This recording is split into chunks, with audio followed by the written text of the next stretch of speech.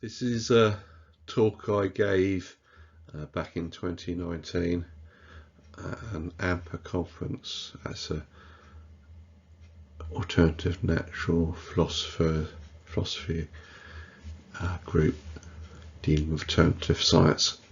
The title of the talk is Comparison of Two Translations of Einstein's Relativity. So here I'd like to point out an interesting parody of a New Scientist cover. This cover isn't genuine, it's just mocking the sort of titles that New Scientist puts on its cover, and it asks the question, is God an owl? Another bad translation of what some scientist says. So it's by this person, Domino Valdano, and he's just mocking New Scientist cover, and it's highlighting that things can be badly translated.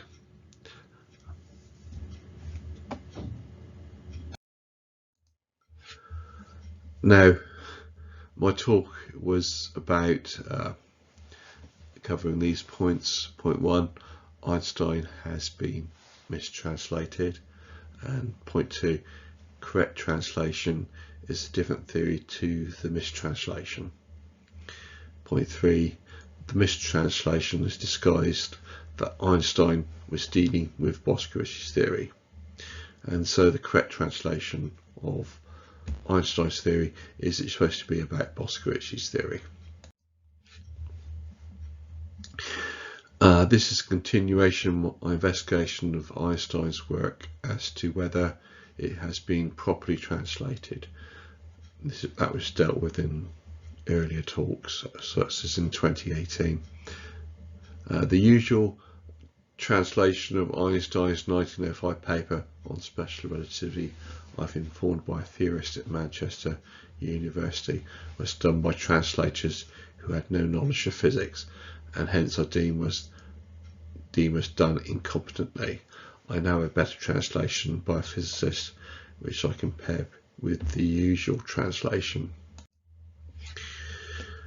As an example, Michael Godfrey says, upon looking at two translations of the paper by Einstein on the influence of gravitation on the propagation of light, he says neither translation seemed to me to be sufficiently accurate to fully convey what Einstein wrote.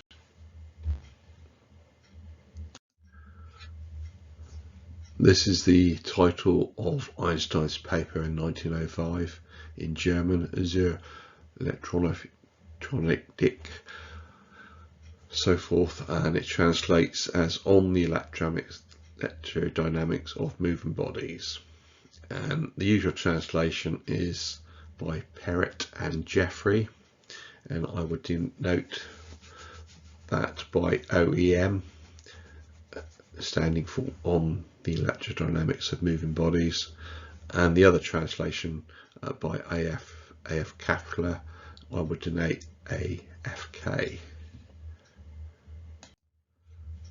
So this is the usual translation at the top, and it says, for if the magnet is in motion and the conductor at rest, there arises in the neighbourhood of the magnet an electric field with a certain definite energy, producing a current at the places where parts of the conductor are situated.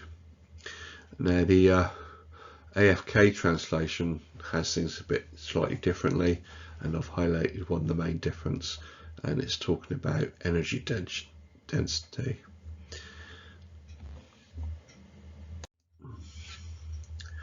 So at the top here is the German, and Google translates it as, if the magnet moves and the conductor rests, an electric field of certain energy values is created in the vicinity of the magnet, which generates a current at the locations where parts of the conductor are located. Relevant words are that German word which translates as energy values. AFK is taking that to mean energy density, which I think fair enough, while OEM translates as a certain definite energy, which I think unfair. But in discussion about this, it might be that that German word can translate best as energy value, which is the original. Anyway, going on to the next passage, OEM translates examples of this sort, together with the successful attempts to discover any motion of the Earth relative to the light medium, suggest that the phenomena of electrodynamics as well as of mechanics possess no properties corresponding to the idea of absolute rest. Now, AFK translates that passage with differences which I highlight, and he says similar examples together with the unsuccessful attempts to discover any motion of the Earth relative to the light medium lead to the following two propositions. 1. There are no characteristics of natural phenomena corresponding to the notion of absolute motion, not only in mechanics but also in electrodynamics. Now, this is the German passage, and Google translates it as examples of a similar kind as well as the unsuccessful attempts to establish a movement of the Earth relative to the medium of light lead to the supposition that the notions of absolute calm, not only in mechanics but also in electrodynamics, do not correspond to the phenomena of appearance. Rather, the same electrodynamic and optical laws apply to all coordinate systems to which the mechanical equations hold, as has already been proven for first order quantities. And the relevant German word translates best as the word rest. So it's talking of absolute rest as per OEM, but still think there can be confusion over absolute rest versus absolute motion. There are different concepts between absolute rest and absolute motion, and I'm going to pass on that. Now, this is the OEM, which is the usual translation. It translates this passage as they suggest rather that has already been shown to the first order of all quantities, the same laws of electrodynamics and optics will be valid just as been for all frames of reference for which the equations and mechanics hold good. And it then gives a footnote. The preceding memoir by Lorentz was not at this time known to the author, and the author being Einstein. Now, AFK translates that as, with the difference being highlighted, 2, that in all coordinate systems in which the equations and motions of mechanics are valid, the equations of electrodynamics and optics are also valid, just as has been observed, more or less. So the difference mainly is hold good or more or less. And now AFK gives no footnote, and so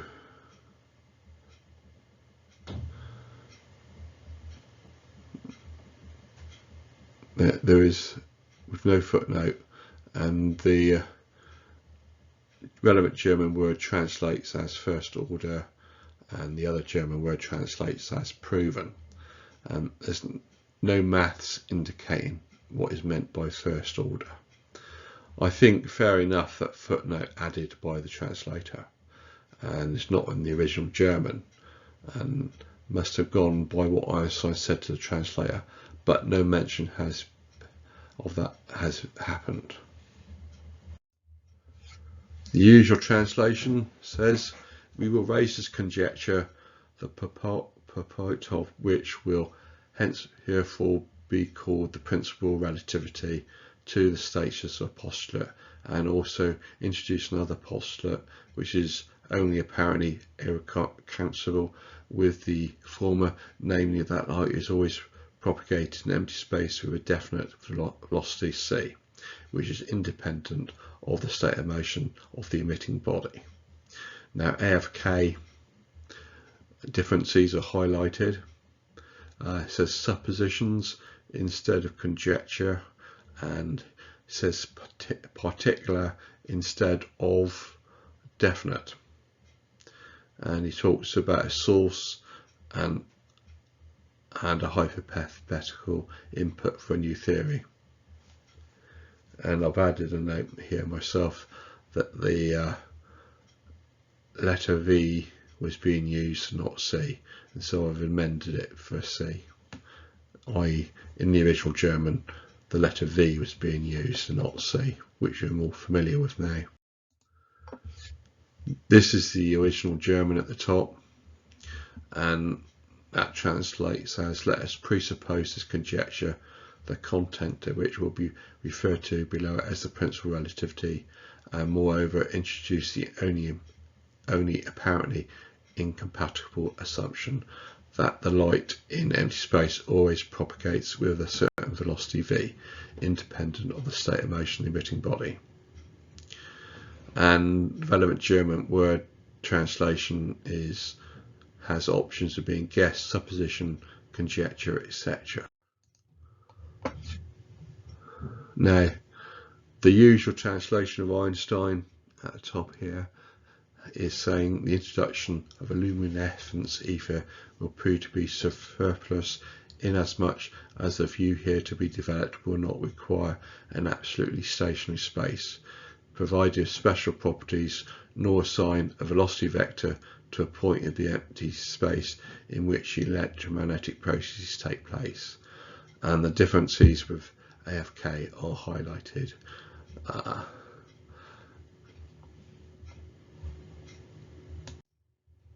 This is the original German, which translates as the introduction of light ether will prove to be superfluous insomuch as, according to the conception to be developed, there is no introduction of any absolutely static space endowed with special properties, nor a velocity vector assigned to points of empty space in which electromagnetic processes take place.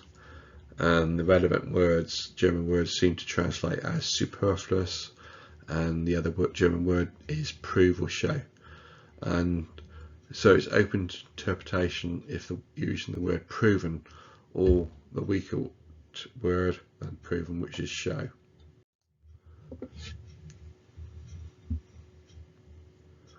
And the usual translation says in the above, let us take a system of coordinates in which the equations of Newtonian mechanics hold good, and it has a footnote, i.e. to the first approximation. And AFK translates it without a footnote, and this is the German here, which translates as let there be a coordinate system in which the Newtonian mechanical equations apply. And this is the whole conflict of special relativity, which I'm denoting as SR, with Newtonian physics, which I'm denoting by NP. NP is either an approximation of special relativity or not. And if you're going by the top translation, I've taken it as the first approximation. It's not showing how it's the first approximation. It's not explicitly stating how it can be a first approximation. So everybody who has interpreted it as being Newtonian physics as an approximation gone by an unjustified footnote in a mistranslation of special relativity. There's a lot but skipping on.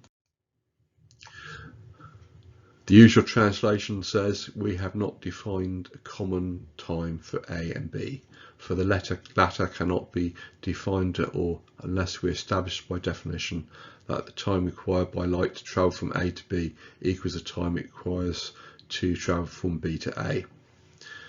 And the relevant difference of AFK is highlighted. It's the word now. Instead of using cannot be defined it, or unless. And there's the German. And if you look at it, it seems to be there's a confusion over the German word nun, where it's been confused with the other German word nur. In the correct translation, the word is now, and in the incorrect translation, it's taken it to be cannot be defined or unless.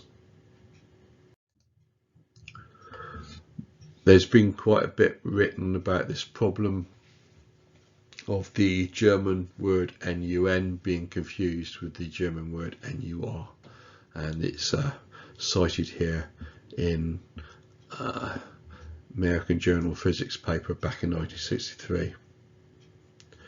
In my view, it's giving two different theories.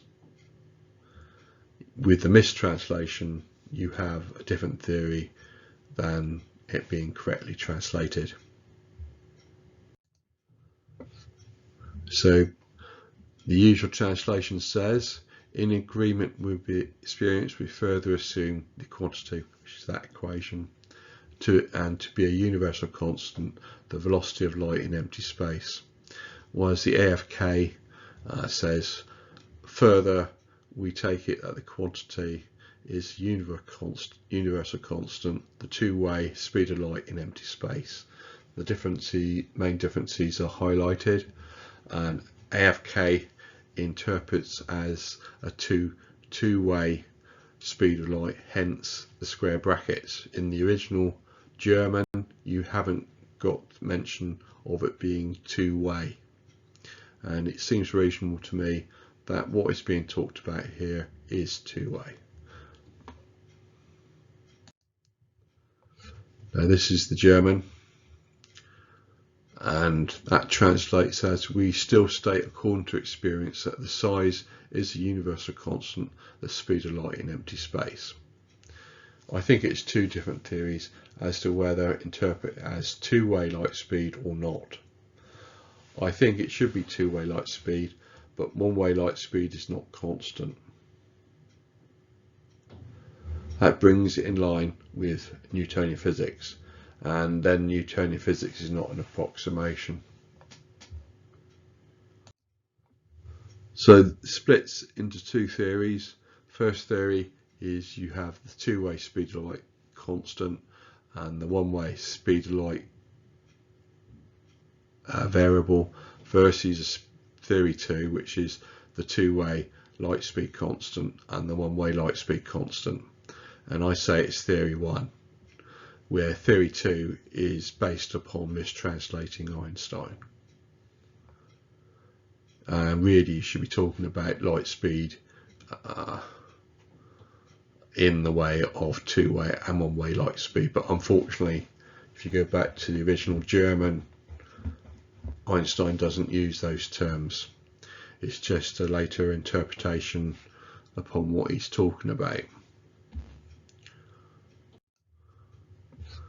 So now at this conference in 1983, and the general deal does so forth, the following SI System International definition meter was adopted. The meter is the length of the path travelled by light in the vacuum during the time interval of that fraction of a second.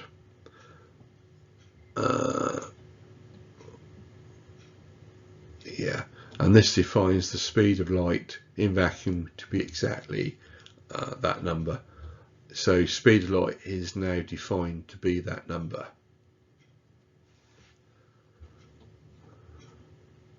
This is in 1983. The speed of light in vacuum is defined to be 299,792,458 meters per second. And back in Einstein's day, 1905, you didn't have that definition. So this brings to my mind that there's now a conflict between theory in 1985 and theory in 1983. How the theory is being interpreted now is different to how it might have been interpreted back in the original context, 1905. This defining light speed, in my view, as this particular value has messed the thing up. So time-wise, it was theory 1 up to 1983, and 1983 onwards it was theory 2. In my view, the light speed constantly, by definition, is just imposing on mass to be set up in a certain way, and really allowing flexibility is theory 1. So now let's dig up Boscovich's theory. In section 10, the usual translation is, let there be a motion in the electromagnetic field, an electrically charged particle and this equal called an electron for the law of motion, of which we assume as follows. Now the difference with AFK is highlighted. The difference is AFK picks up the word point particle, and that's not in the usual translation. And this is the German, and that translates as, in an electromagnetic field, move a point-shaped particle providing an electric charge in the following called electron, about whose law of motion we assume only the following. And the relevant German word which probably translates best as point-like, and the other relevant word, German word, translates as particle. And so it translates best as using the word point particle, but in the usual translation there's no mention of the word point particle. So Einstein is talking about point-like particles, or point particles, and that has to a large extent obscured in the translation what he's doing. And from to talk about point-like particles, the main theory dealing with that is Boscovich's theory. However, elsewhere in the usual translation, it does use the term material points, which is another way of saying point particles. So to have a proper appreciation of Einstein's paper, should be talking about it in the context of Boscovich, and I'm going to give a reminder of Boscovich's theory. So the main person I'm in contact with who deals with Boscovich's theory is this person, Dragoslav. And this is the curve of Boscovich, which deals with forces. All particles are interacting by dealing with it by these curves. And this goes into a bit more detail about how these forces are operating between particles. And the relevant book by Dragoslav is called Roger Boscovich, the Founder of Modern Science. I've also put a paper by Augustus Prince dealing with Boscovich curve at this place. So back on track, I want to talk about two-way light speed in more detail. AFK interprets that is what Einstein was talking about, but Einstein does not use that terminology. It's something that came later. So what is two-way light speed versus one-way light speed? An issue I'm now going to deal with. If you consider a box that's not moving with light bouncing between the two walls of the box, first light goes one way with speed c, then light goes the other way with speed c.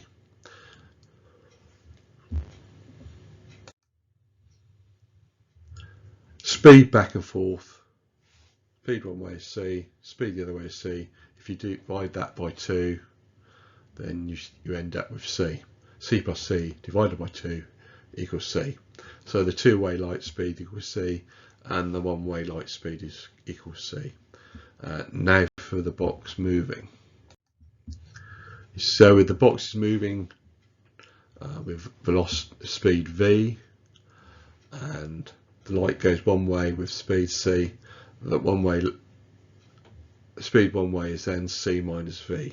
You're taking v is greater than 0, while speed the other way is c plus v. Thus, if you add the speeds c minus v to c plus v and divide it by 2, you still end up with c. So the two-way light speed is still c, but the one-way light speed is c minus v and c plus v. And this is all according to Newtonian physics. So the one-way light speed is not equal to c. It's equal to c minus v and c plus v. And Newtonian physics is happy with that. And I'm pointing out, so this is all just Newtonian physics. One-way light speed is c minus v and c plus v, and two-way light speed equals c. Thus the constancy of light speed was just meaning two-way light speed constancy, and there is no change from Newtonian physics. The mistranslation of Einstein has obscured the fact that it's all just Newtonian physics. And since it's just Newtonian physics, the problem of combining relativity with quantum mechanics disappears. I.e. the problem of combining relativity with quantum mechanics was just a misunderstanding generated by misinterpreting and mistranslating Einstein. Einstein's 1905 paper is really dealing with Newtonian physics, and there are ways of dealing with Newtonian physics by quantum physicists. And now there's a well-known saying among translators of lost in translation, and that has been the problem with modern physics since the physics revolution that occurred in the 20th century. It was lost in translation. Conclusions. There are more translation problems. Ideally, the establishment should have sorted all these translation problems out in the 100 years or so they've had since 1905, but they haven't. As per my last talk, which was in 2018 at the AMP talk, I pointed out the problems of understanding what Einstein was talking about. Einstein did not have a very good grasp of English, and he seems to have had to rely heavily on his translators that they got it right. I contend the translators didn't translate it properly. So this is from Physics World, an issue from June 2019, and it points out that Einstein, when he was in Oxford, England, I think before World War II, he was speaking in German, and his audience had difficulty understanding him because he wasn't speaking English. So, and also this is a picture here of the blackboard which he wrote on, and it's been kept as a souvenir of Einstein's talk. I think he changed his mind about these equations later, so don't pay attention too much to the maths on the blackboard.